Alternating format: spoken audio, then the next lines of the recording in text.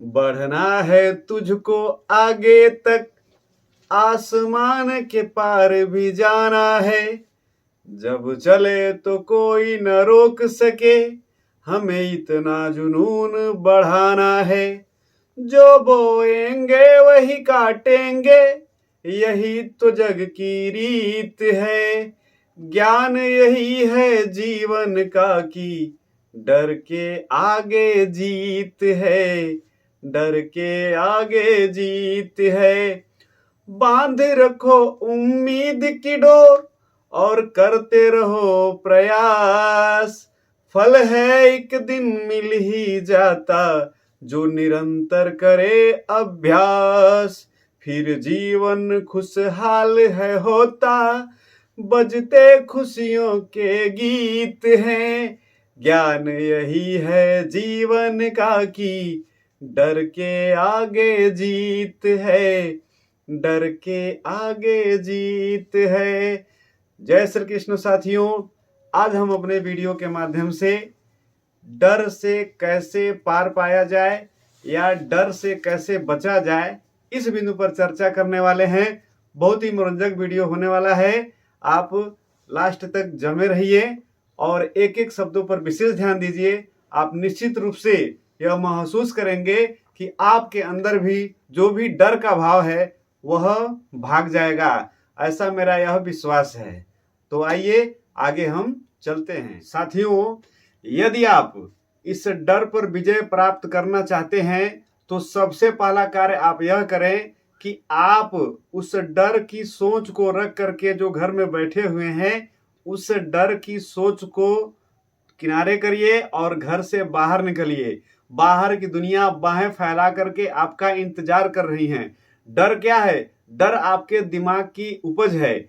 जब तक दिमाग इधर उधर खुराफात के तरफ से जाता है आता है, तब तक डर आपके दिमाग में लगा हुआ है। हाँ, मैं यह नहीं कह रहा हूं कि डर होना ही नहीं चाहिए। डर तो हमारे जीवन का अभिन्न अंग है, अर्थात डर हमारे साथ सदैव जुड़ा रहता है, वो हमसे कभी दूर नहीं होता है। लेकिन एक बात का अवश्य ध्यान रखें, जब हम कोई कार्य करने जाते हैं जो खासकर हमारे जीवन से जुड़ा हुआ है, जो हमको बहुत आगे तक लेकर के जाएगा, जब उस तरह का कार्य हम करना चाहते हैं तो हमारे सामने सबसे बड़ी समस्या यही आती है और वह है डर। अर्थात हमारे मन स्थिति में यह भाव आता है कि हम यदि इसमें असफल हो गए तो लोग क्या कहेंगे। तो साथियों, सबसे पहले तो आप अपने दिमाग से यह हटाइए कि लोग क्या कहेंगे, क्योंकि आप इस चीज को सोचते हुए बहुत बड़ा कार्य कर भी नहीं सकते हैं। बड़ा तो बड़ा है, छोटा कार्य भी नहीं कर सकते हैं। इसलिए इस चीज को अपने अंदर से बाहर निकालिए कि लोग क्या कहेंगे। हाँ, आप अपने आप को उसमें लगाइए कि कुछ ऐसा कर दें कि जिसके द्वारा आने वाले समय में आपकी प्रशंसा हो। साथियों, आप यह बात जान जाइए कि आपको अपने मन के अंदर से डर निकालना है, अर्थात आप उस डर का सामना करिए। ये कहा भी गया है, तकाजा है वक्त का कि तूफान से जूझो, कब तक डर कर किनारे चलोगे। तो साथियों, आप यह जानिए कि आपको नदी के उस पार जाना है, अर्थात तो नदी के उस पार सफलता है। तो आप खड़े हो करके यह कब तक इंतजार करेंगे कि हमें कोई साधन मिले या हमें कुछ मिले जिसके द्वारा हम उस पार अर्थात अपनी सफलता को प्राप्त करें। आपको नदी में छलांग लगानी ही पड़ेगी। यदि इंतजार करना ही है तब सफलता मिलेगी। इससे बढ़िया इंतजार क्या करें, हम अभी ही जम जाएं। जब पता है कि नदी में कूदे बिना आपका कार्य नहीं चलने वाला है तो आपको कूदना ही पड़ेगा। तैर करके आपको उस पार अर्थात अपनी सफलता को अर्जित करने हेतु जाना ही पड़ेगा। इसलिए मेरा यह कहना है कि आप अपने अंदर उस आत्मविश्वास को जगाइए और नदी के किनारे खड़ा होकर के तमाशा मत देखिए, समय का इंतजार मत करिए। आत्मविश्वास को जगाने के लिए किस तरह की भावनाओं की आवश्यकता होती है, यह हमने अपने एक वीडियो में इस पर व्याख्या किया है। आपको मैं डिस्क्रिप्शन में उसका लिंक दे दूंगा, आप वहां जा करके इस आत्मविश्वास को भी समझ सकते हैं। अब हम आपको आगे लेकर सपनों को साकार करने के लिए डर को मिटाना ही पड़ेगा। आपको पता होना चाहिए कि एक बार की बात है, अमेरिका में जापान हमला कर दिया। पर्ल हार्बर बंदरगाह जो अमेरिका का महत्वपूर्ण बंदरगाह था, जापान ने उस पर हमला किया और उसे तहस नहस कर दिया। अमेरिका इस बात को लेकर के बहुत ही चिंतित हुआ और एक मीटिंग बैठाया। उसमें उस समय अमेरिका के राष्ट्रपति रूजवेल्ट थे और रूजवेल्ट ने 5 से 6 घंटे तक का मीटिंग लिया और यही कहा सबसे, एयरफोर्स से लेकर के हर सेना को, कि हमें जापान को जवाब देना ही होगा। अर्थात बिना जवाब दिए हम बैठ जाएंगे तो हम अकर्मण्य हैं, अर्थात हमारे अंदर कुछ नहीं है, इसलिए हमको निश्चित रूप से जवाब देना ही है। अब इस यह बात उठती है कि जवाब देंगे कैसे। एयरफोर्स से जब बात किया गया तो एयरफोर्स के जो सैनिक थे, उसके जो एयर चीफ मार्शल जो भी हैं, वह उन्होंने बताया कि हमारे पास ऐसे उत्कृष्ट विमान नहीं हैं जो जापान तक जाएं और पुनः वापस आ जाएं। अर्थात हम जा तो सकते हैं लेकिन आ नहीं सकते हैं, यह हमारे सामने समस्या है, इसलिए हम उसको जवाब देने में पूर्ण रूप से सक्षम नहीं हैं। अमेरिका के राष्ट्रपति रूजवेल्ट के सामने यह बहुत बड़ी बात आई कि वास्तव में किया क्या जा सकता है। आपको बता दें कि उनके अंदर विकलांगता थी, अर्थात वह 60 सालों तक खड़े नहीं हुए थे, लेकिन उन्होंने अपने मस्तिष्क में ऐसी एनर्जी को धारण किया कि वह तत्काल उठ करके खड़े हो गए। और जब वह तत्काल उठ करके खड़े हो गए तो उन्होंने एयरफोर्स से यह कहा कि क्या बताइए कि मैं जब खड़ा हो सकता हूं तो जवाब दिया जा सकता है जापान को कि नहीं। अब सारे लोग दंग रह गए कि यह तो एक चमत्कार है। तो जब ऐसा हो सकता है तो निश्चित रूप से हमारे अंदर भी यह क्षमता है कि हमें जा करके जापान को जवाब देना ही है। और अमेरिका उस सोच को कायम करते हुए उसने इतिहास रचा। और आपको पता है, इतिहास में घटना तो दर्ज है कि नागासाकी और हिरोशिमा पर बम गिराए गए, उससे पहले यहां से पायलट को भेजा गया कि आप लोग जहाज लेकर के जाइए और आप लोगों के लिए ईंधन की व्यवस्था की जाएगी। 11 जहाज वहां पर चली गई। सब जब ईंधन समाप्त होने लगा तो सब लोगों ने एक दूसरे से बात किया, पता चला कि किसी के पास भी ईंधन दिया नहीं गया है। अब उन सारे पायलटों को यह समझ में आ गया कि हमें करना क्या है। अब तो हमें बस एक ही रास्ता बचा है कि हमको जापान के बिल्डिंग में घुस जाना है, दूसरा कोई उपाय नहीं है, क्योंकि लौट करके तो आ नहीं सकते हैं। सारे जो भी पायलट थे वह पहले उस जापान के अंदर बिल्डिंगों में घुस गए और बहुत ही अधिक तबाही मचाए। और सारी तबाही मचा लेने के बाद से यह धीरे धीरे आने वाले समय में क्या किया गया, नागासाकी और हिरोशिमा जैसा नासूर जापान को अमेरिका ने दे दिया। उसके बाद से कभी भी जापान ने सोचा भी नहीं कि अमेरिका जैसे देश को हम कुछ करें या उसे छेड़े। तो साथियों, कहने का तात्पर्य है, यदि आपके अंदर डर आ रहा है तो उस डर से पार पाने के लिए आपको निश्चित रूप से अपने आत्मविश्वास को, अर्थात अपने आत्मसम्मान को जगाना ही पड़ेगा। साथियों, आपको मैं बता दूं कि डर सिर्फ नजरों का धोखा है।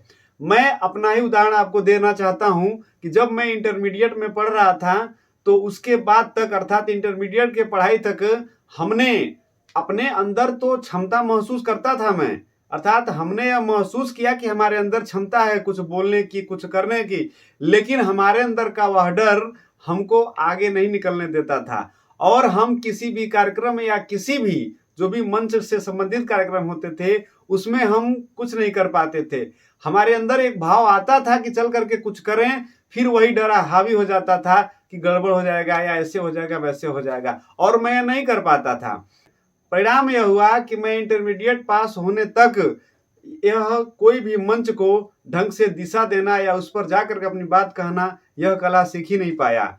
यह कला सिखाने का श्रेय हमारे पूज्य गुरुजी श्री लालसा यादव जी को जाता है, जिन्होंने जब हम उनके सानिध्य में पहुंचे और विद्यालय में पढ़ाना शुरू किए तो उस दौरान सबसे पहले वह बिना आगे पीछे देखे सोचे समझे सीधे हमको बीच में ला करके खड़ा कर दिए और कहे कि गुरुजी आपको बोलना है। और हमने वहां पर अपने डर को निकालने का प्रयास किया और पहली बार खुल करके बोला।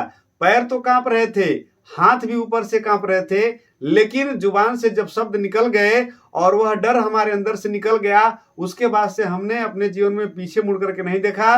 किसी भी मंच पर, कहीं पर भी, जहां कहीं भी मौका मिला, हमने वहां पर बोला ही नहीं, दहाड़ा भी। अर्थात कहने का मेरा मतलब यह है कि आप अपने अंदर से वह डर को निश्चित रूप से निकालने का प्रयास करिए। यदि आपके अंदर से वह डर निकल गया तो आप निश्चित रूप से बहुत आगे तक जाएंगे। अब हम आपको चर्चा करना चाहते हैं डर कितने प्रकार का होता है। तो डर समझिए साथियों, दो प्रकार का होता है। एक तो आपका शारीरिक अर्थात फिजिकल होता है, और एक आपका मनोवैज्ञानिक अर्थात साइकोलॉजिकल होता है। तो फिजिकल और साइकोलॉजिकल दो तरह के, अर्थात शारीरिक और मानसिक। एक तो डर यह होता है कि हम अपने जो शरीर का बनावट है उसके हिसाब से डरते हैं, और एक यह होता है कि हमारे मन के अंदर जो समझ है, जो सोच है, उसके हिसाब से डरते हैं। जब आप एक पहाड़ की चोटी पर खड़े हो और वहां से छलांग लगाना, अगर आपको वहां से छलांग लगाने को कहा जाए तो निश्चित है आपके अंदर डर पैदा होगा। वह डर कैसा डर है? वह शारीरिक डर है, अर्थात फिजिकल डर है। उसको फिजिकल फियर भी कहते हैं। और वह जो शारीरिक डर है वह एक हिसाब से होना भी जरूरी है। अब आप शारीरिक डर से यदि पार पाना चाहते हैं तो वहां पर आपको क्या करना पड़ेगा? सीखना पड़ेगा, प्लानिंग अर्थात योजना बनानी पड़ेगी। तो सीखने के दौरान और योजना बनाने के दौरान आप उस डर से पार पाने के रास्ते पा जाएंगे, और उससे आप निकल करके और वहां से आप छलांग लगाने की कला जान गए तो आप छलांग भी लगा सकते हैं। दूसरा है आपका मनोवैज्ञानिक डर। तो मनोवैज्ञानिक डर में क्या है आपका? जैसे आप किसी भी मंच पर बोलना चाहते हैं या बोलना जाना चाहते हैं, वहां पर यदि आपके अंदर डर है तो समझ लीजिए वो आपका मनोवैज्ञानिक डर है। और मनोवैज्ञानिक डर जो होता है वो कैसे दूर होता है? आपकी समझ के आधार पर दूर होता है। अर्थात यदि आप अपने समझ को विकसित कर लें कि हम वहां पर जाकर के बोल सकते हैं, बाकी सारे लोग हैं वो आपकी बात को कितनी देर तक याद रखेंगे? 5 मिनट, 10 मिनट, 1 घंटा, 2 घंटा, उसके बाद से वो सारी चीजें भूल जाएंगे। इसलिए आप अपने आप को महसूस करते हुए कि हाँ मैं ऐसा कर सकता हूं, आप निश्चित रूप से अपना समझ विकसित करिए और अपने उस मनोवैज्ञानिक डर से आगे निकलिए। साथियों, भगवान कृष्ण भी यह कहा करते हैं कि भय मनुष्य के सदैव साथ रहता है। अर्थात कभी भी भय मनुष्य से दूर नहीं हो सकता है। बस यह है कि आपको उसकी दिशा बदलनी पड़ेगी और एक सही दिशा में चलना पड़ेगा। एक सही दिशा में चलने के लिए भी मैंने वीडियो बनाया है, उसका भी लिंक आपको मैं डिस्क्रिप्शन में दे दूंगा। आप वहां जा करके मेरा वह वीडियो देख सकते हैं कि वास्तविक रूप से हमें किस तरह की दिशा का पालन करना चाहिए और कैसे आगे बढ़ना चाहिए। अब उसके बाद से हम आपको चर्चा करना चाहते हैं। तो भगवान श्री कृष्ण ने आगे कहा है कि इस भय को जो आपके साथ साथ चल रहा है वह पहचानिए कि कैसे आपके अंदर वह भय विद्यमान है। कहने का तात्पर्य है कि जो वस्तु आपके पास है आप उसे खोने से डरते हैं, जो वस्तु आपके निकट है आप उसके दूर जाने से डरते हैं, जिस वस्तु से आप अधिक प्रेम करते हैं उसे खोने से डरते हैं। तो कहने का तात्पर्य है कि आप इन सारे बिंदुओं से, इन सारी चीजों से दूर निकलने का प्रयास करिए। अर्थात आप इनको समेट करके चल रहे हैं, आप इनको इकट्ठा करके चल रहे हैं, इसलिए आप डर रहे हैं। आप उस आकर्षण से निकल गए तो वहीं पर आपका डर उन वस्तुओं के प्रति समाप्त हो जाएगा। मैं यह कहना चाहता हूं कि आप अपने अंदर के इस डर नामक एक ऐसा जो हवा जिसको कह सकते हैं वो बनाए हैं, आप उसे बाहर निकलने का प्रयास करिए। चाहे आप छात्र हो, चाहे आप जीवन में कोई कार्य कर रहे हो, जॉब कर रहे हो, या किसी भी तरह के बंधन में अगर आप जमे हैं या उसमें लगे हुए हैं, तो आप अपने अंदर से इस डर को निकाल करके बाहर कर दीजिए। जब आप अपने अंदर से डर को बाहर कर देंगे तो उसके बाद से आपके जीवन एक सही दिशा में चलना प्रारंभ करेगा। आज की इस वीडियो में बस इतना ही। हम उम्मीद करते हैं कि आपको मेरा यह वीडियो पसंद आया है। यदि आपको मेरा यह वीडियो पसंद आया हो तो कृपया आप इसे लाइक करें, शेयर करें, और यदि हाँ आप हमारे चैनल पर नए हैं तो इसे सब्सक्राइब करें और बेल आइकन को अवश्य दबाएं, जिससे हमारे अगले वीडियो का नोटिफिकेशन आपको आसानी से मिलता रहे। तब तक के लिए जय श्री कृष्ण।